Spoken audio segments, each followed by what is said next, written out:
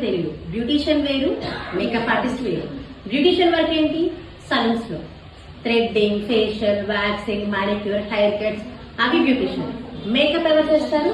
Makeup artist work. Makeup artist work ఏంటి? ఒక చిన్న ఈవెంట్ నుంచి పెళ్లి కూతురు, హల్దీ, ఎంగేజ్మెంట్, వెడ్డింగ్, రిసెప్షన్ అవి మేకప్ ఆర్టిస్ట్ వర్క్.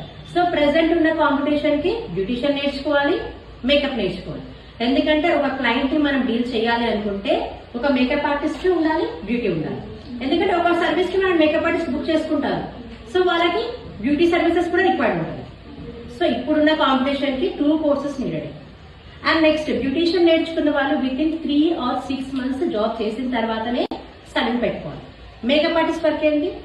ఒక 10 years బ్యాక్ మేము నేర్చుకునేటప్పుడు మేకప్ ఆర్టిస్ట్ అసలు ఎవరు లేరు. ఇప్పట్లో ఫుల్ కాంపిటీషన్ అయిపోయింది.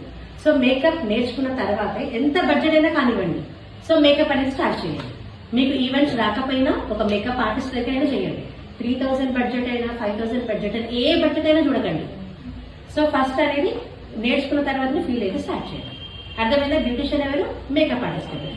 ఇప్పుడు మీరు స్టార్ట్ చేస్తేనే విత్ ఇన్ 1 year కి ఎక్స్పీరియన్స్ అవుతుంది.